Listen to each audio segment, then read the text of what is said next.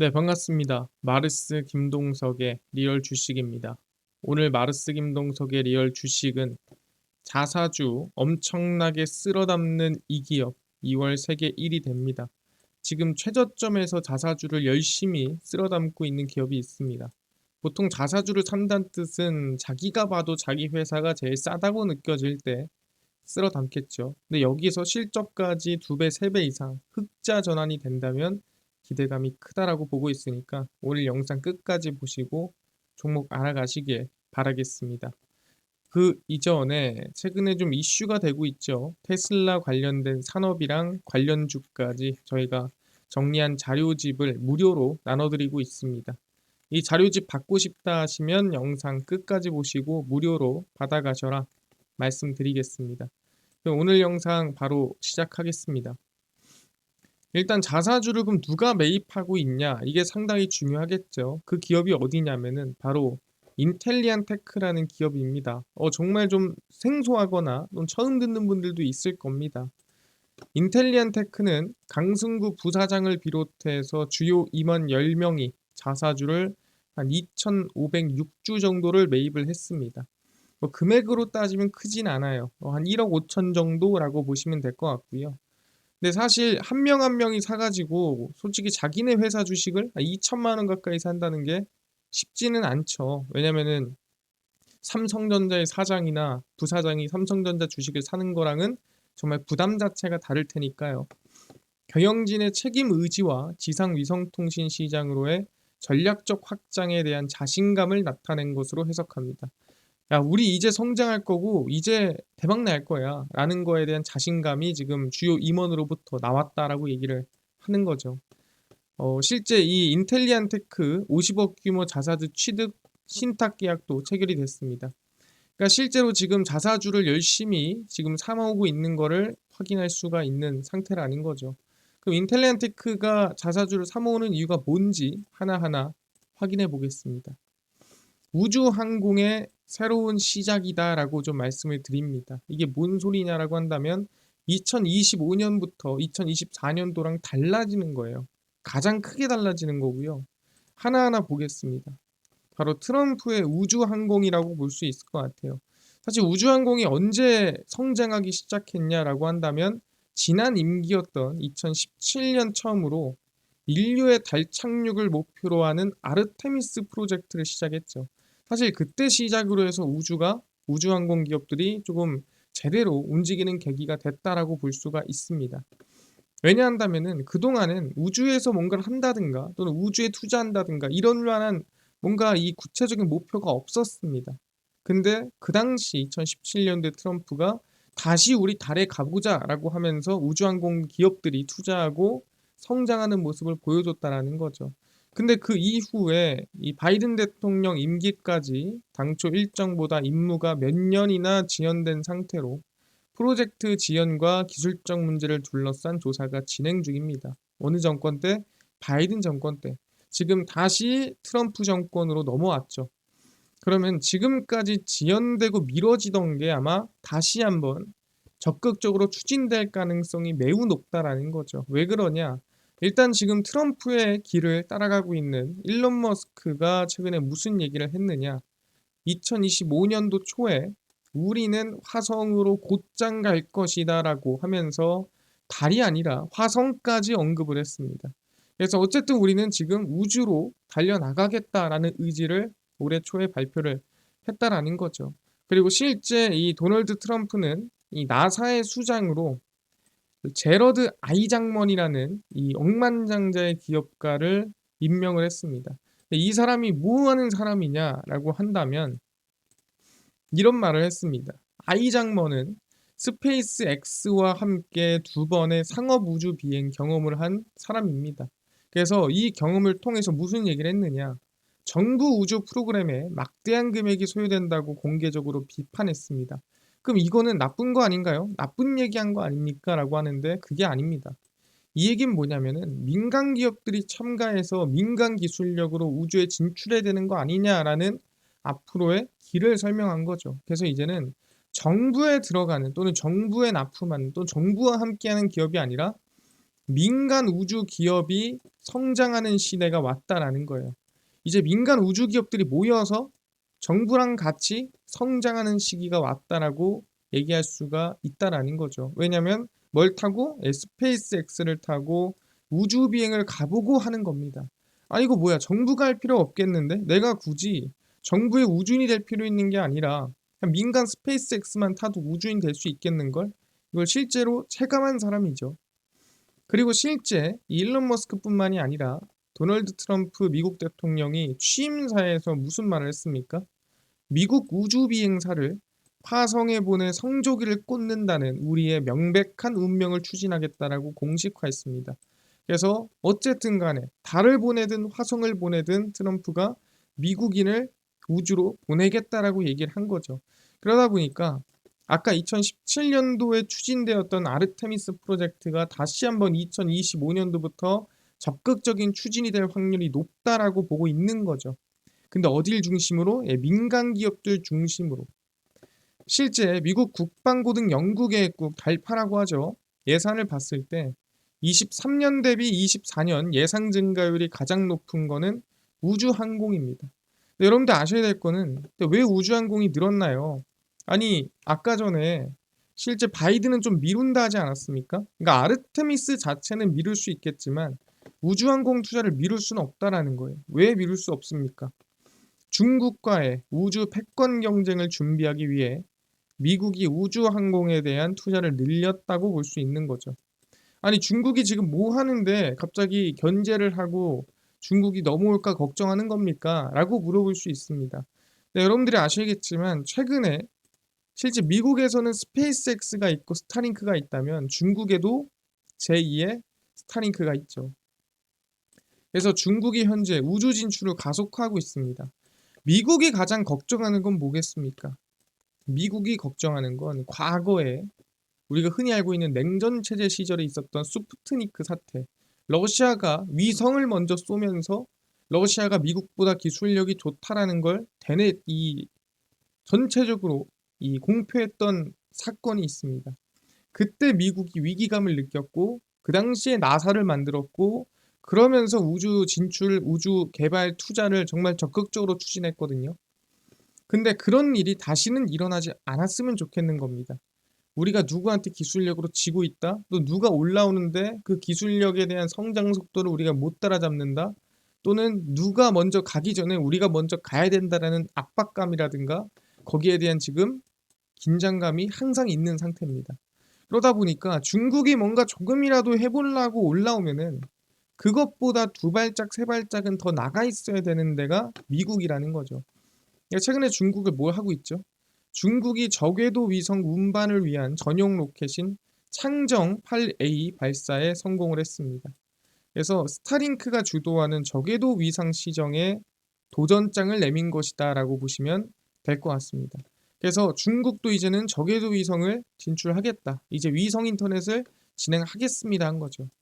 여기에 실제 위성을 뭐 운반했는지 안 했는지 모르겠지만 그 전용 로켓을 쐈다라는 거죠. 그래서 대규모 위성 네트워크 구축을 위해 한 번에 많은 소형 위성을 실어 나를 수 있도록 그러니까 실어 날라서 하늘에서 뿌리는 거죠. 그래서 실제 지금은 만 개씩 뭐 만들겠다라고 하고 있지 않습니까? 근데 뭐 한 개씩 싸가지고 언제 하겠어요? 그래서 이제 한 방에 많은 양을 올라갈 때마다 뿌리는 겁니다. 그래서 소형 위성을 실어 나를 수 있도록 개발이 됐고 이번이 첫 발사였습니다. 그래서 스타링크 위성이 한 개당 한 200kg 정도 되는데 이거를 비춰보면은 이 창정 8A에는 약 35개 정도의 위성이 실릴 수 있을 것으로 예상이 된다라고 보시면 될 것 같습니다. 그래서 한 번 쏠 때마다 35개인데 뭐 앞으로는 더 많이 쏠 수가 있겠죠. 그래서 중국도 어떻게 보면은 미국을 위협하러 우주로 진출하고 있다라고 볼 수가 있습니다. 그래서 중국은 연내 648기 2030년까지 총 15,000기의 저궤도 위성을 우주 공간에 쏘아 올리는 것을 목표로 합니다. 여기서 이제 그나마 다행인 건 이번이 첫 발사라는 겁니다. 그러니까 앞으로 이제 발사가 계속 이루어질 텐데 그럼 중국이 올라올 때 미국이 가만히 있으면 안 되겠죠. 우리도 최선을 다하고 진심을 다해야 된다. 그래서 우주항공에 투자를 엄청나게 하고 거기에 중심을 두고 있는 트럼프가 이번에 취임했기 때문에 더 큰 성장이 기대가 된다라고 우리는 보고 있는 거죠. 아 그렇구나. 그래서 뭐 자사주를 매입했습니까? 그래서 계속해서 설명을 좀 드리겠습니다. 그래서 이번에 인텔리안테크가 승부수를 던진 거예요. 언제? 2024년도에 승부수를 던졌습니다.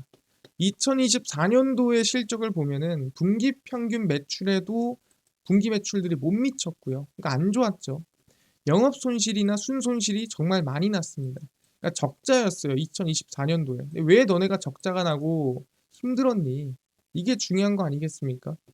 저궤도용 평판형 안테나 사업으로 확실하게 방향을 틀면서 기존 해상용 이 안테나 사업 부분 매출 감소를 감수해야 했기 때문이라는 거죠. 그러니까 이제는 얘네들도 뭐다? 저궤도 위성용으로 사업 방향을 정했다라는 거죠. 앞으로의 미래는 해상용 안테나가 아니라 앞으로의 미래는 저궤도 위성을 위한 안테나 납품이 미래다라고 생각을 한 겁니다. 그럼 당연히 뭐예요? 이 사업을 바꾸는 동안에 기존의 주매출이 보조매출이 되고 보조매출이 주매출이 되면서 당연히 주매출이 줄고 그 과정에 적자가 나고 투자를 하고 이젠 다시 뭐다? 보조매출이 주매출로 올라오면서 실적이 회복되는 구간이 올 거다라고 우리는 확인할 수가 있는 거죠. 그래서 언앱 글로벌 서비스와 함께 해상용 안테나 공급도 기존 정지궤도용 접시형 안테나에서 저궤도용 평판형 안테나로 대체되는 흐름이에요. 아까 얘기한 대로 해상용에서 이제는 보조 매출이 주 매출이 된 겁니다. 저궤도용 평판형 안테나로 대체되는 흐름이고요. 이 안테나가 뭐냐면 접시형이 뭐예요? 간단하게 얘기하면은 접시가 이제 이렇게 생긴 이거 혹시 뭐 방송이나 이런 데서 보신 분도 있을 겁니다. 뭐 이렇게 된 안테나 있죠? 여기서 이렇게 올라와가지고 여기서 이렇게 딱 쏘는 거 있죠? 이게 접시형 안테나라고 보시면 될 것 같고요. 그 다음에 이제 평판형 안테나는 뭐냐면 무슨 이제 우리가 흔히 알고 있는 이 공유기처럼 이렇게 바닥에 깔려 있습니다. 그래서 이게 안테나인지 아닌지 모르겠지만 안테나라고 해서 이렇게 안테나가 있어요. 우리가 흔히 알고 있는 그 접시형 안테나와는 전혀 다르게 생긴 거를 저궤도용 평판형 안테나라고 보시면 될 것 같습니다. 유탈셋 언앱의 경우 이 언앱을 얘기하는 겁니다. 뭐 하는 회사냐? 뭔데 얘네한테 공급을 하냐? 634기의 저궤도 위성군을 이미 구성을 했습니다. 아까 중국의 현재 목표죠. 근데 그걸 이미 얘네들은 만들어 놓은 상태고요. 우주 인터넷망을 왕성함에 따라 38개국 인터넷 서비스 제공 중이고요. 프랑스 기업이에요. 그래서 우리가 뭐 저궤도 위성이라고 한다면은 빠지지 않는 기업 중 하나가 언웹이다라고 보시면 될 것 같습니다. 아 그렇구나. 인텔리안테크가 이번 2024년도에 승부수를 던졌고 2025년도에 본격적인 성장을 노리고 있구나라는 걸 확인할 수가 있는데 여기서 우리가 놓칠 수 없는 게 뭐냐면은 바로 A사 수주입니다. 이 A사가 뭘까? 사실 알 수가 없는데 글로벌 A사로 본격 납품도 2024년부터 2025년도까지 매출 증가세에 힘을 더할 전망입니다. 근데 A사를 얘기하지 못했습니다. 인텔리안테크의 공급계약 공시에서는 기밀 유지 협약에 따라 컴퍼니 A라고만 칭하면서 그냥 A로 시작하는 어떤 회사다라고만 추측할 수 있게끔 만들어 놨습니다. 근데 실제로 이 인텔리안테크가 납품을 할 만한 데가 어디 있을까 물어본다 한다면은 최근에 A의 시작으로 하는 아마존의 블루 오리진이 3232개 저궤도 위성을 띄어 인터넷 서비스를 제공하는 카이퍼 프로젝트를 계획하고 있거든요. 그러니까 언앱에다가 납품하고 있는데 얘네가 저궤도 위성 이 상품을 근데 지금 저궤도 위성하는 데가 어딨나라고 물어보니까 A사로 시작한 데가 아마존이 있어요. 아마존이 카이퍼 프로젝트를 진행하네. 그럼 아마존일 확률이 매우 높다라고 지금 보고 있는 상태입니다. 그래서 A사로부터는 2023년 초도 물량 수주에 이어 괜찮네. 2024년 추가 물량 수주에 성공을 했기 때문에 2025년도에도 물량 수주 가능성이 높다라는 거죠. 사실 여러분들도 음식 똑같아요. 한 번 먹어보고 맛없으면 안 먹습니다. 하지만 한 번 먹어보고 괜찮으면 계속 먹죠. 그런 것처럼 2025년도에도 아마 수주를 할 가능성이 매우 높다라고 우린 볼 수가 있는 거죠. 그래서 충분히 인텔리안테크가 아마존이랑도 언앱과 아마존이랑도 연결이 돼 있구나라고 판단할 수가 있는 겁니다. 여기까지 우리가 이해가 됐습니다. 그래서 제일 중요한 게 뭐냐라고 한다면 이 평판형 안테나가 무슨 역할을 하나요? 이걸 알아야 인텔리전 테크가 정말 중요한 건지 아닌지 알 수 있는 거 아니겠습니까? 적외도 위성은 지구를 빠르게 돌기 때문에 지상에서는 계속 다른 위성을 잡아야 합니다. 그러니까 뭔 소리냐 한다면은 이 위성 같은 경우에는 실제로 지구가 이렇게 있고 위성 막 떠 있잖아요. 그러면은 지구 돌 거 아니야. 돌면은 어떻게 됩니까? 위성은 여기를 지금 시도를 주고 있는데 돌면은 여기는 지금 못 받는 거잖아요. 여기 있다가 일로 가면 못 받는 거란 말이에요. 그러면은 실제 내가 여기다가 돌고 여기다 돌고 하면은 이거 봤던 거 이걸로 옮겨야 되고 이거 봤던 거 이걸로 옮겨야 돼요. 신호를 계속 바꿔야 된단 말이에요. 그럼 평판 안테나는 내부에서 신호 방향을 바꿀 수가 있기 때문에 적외도 위성을 빠르게 따라갈 수가 있다라는 거죠. 그러니까 지구가 돌더라도 그 위에 깔려있는 위성을 바꿔가면서 신호를 잡을 수 있는 안테나다라고 얘기를 하는 겁니다. 그래서 평판 안테나는 평평한 판처럼 생겼습니다. 아까 얘기했지만 되게 공유기처럼 생겼어요. 바닥에 깔려가지고 공유기처럼 이렇게 생겼거든요. 그래서 평평한 판처럼 생겼고요.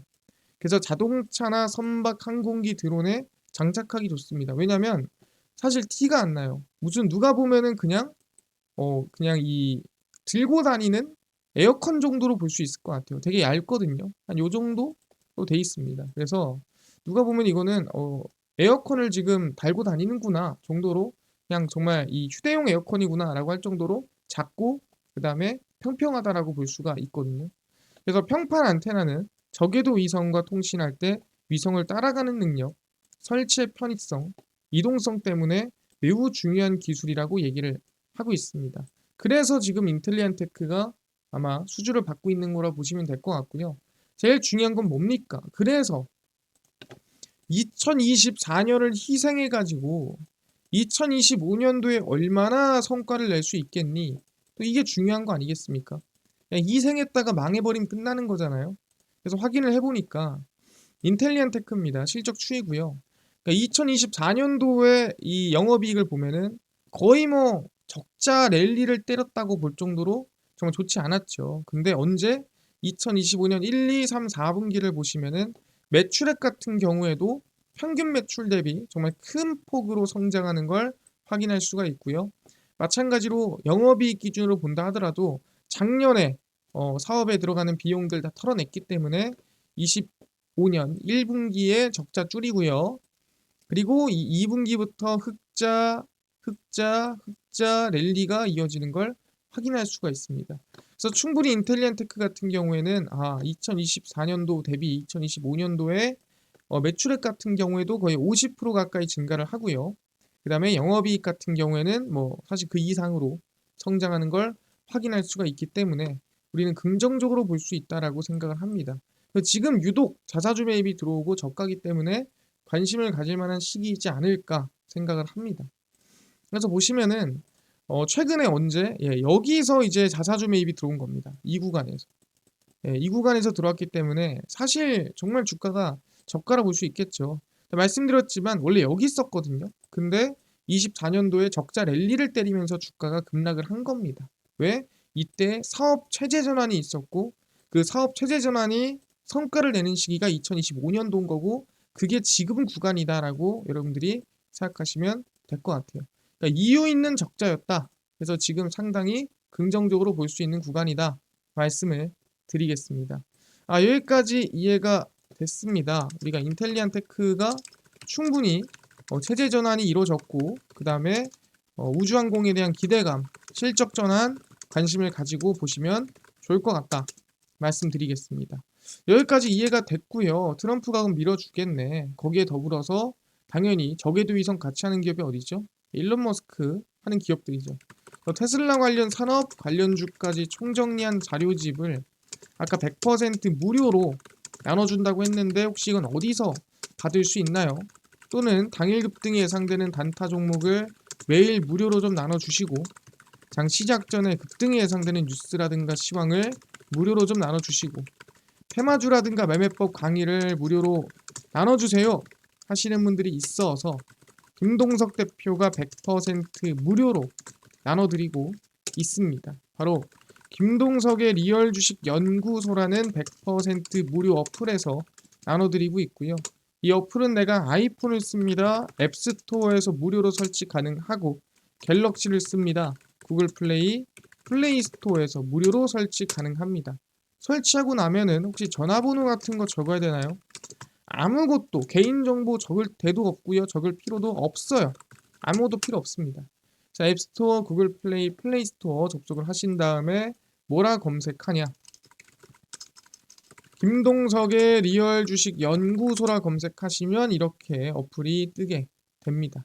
그래서 100% 무료로 설치 가능하니까요. 꼭꼭꼭 설치를 하셔라 말씀을 드립니다. 그래서 무료로 설치를 하고 나면은 이렇게 어플이 화면에 뜨게 됩니다. 당일 리얼 추천주가 당일 급등 예상이 되는 종목을 무료로 알려드리고, 급비 분석이 장 시작 전 시황, 급비 자료가 테마주라든가 매매법 무료로 나눠드리고 있습니다. 이뿐만 아니라 아까 테슬라 관련된 산업, 테슬라 관련된 이 자료집 어디서 무료로 받을 수 있나요?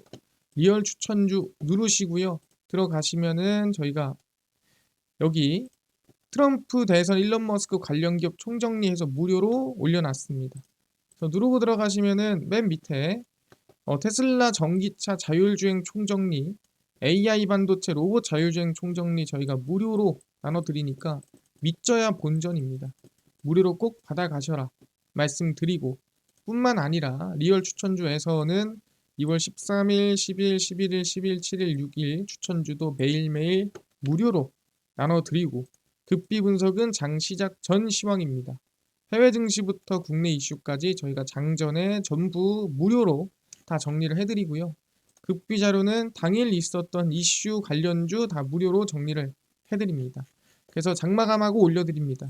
그래서 김동석의 리얼 주식 연구소 제가 100% 무료로 운영하는 어플입니다. 이 어플 평생 제가 무료로 진행하니까 종목 시황 테마 주강이 다 얻어가시고요. 뿐만 아니라 저희 마르스 김동석의 리얼 주식 유튜브 여러분들의 사랑으로 커갑니다. 우리 구독자 20만 명 향해 달려가니까요. 유튜브 구독, 영상 좋아요, 그 다음에 댓글까지 남겨주시면 너무나도 감사하겠다 말씀드리면서 오늘 영상 여기서 마치고 다음번에 더 좋은 영상으로 찾아뵙도록 하겠습니다. 감사합니다.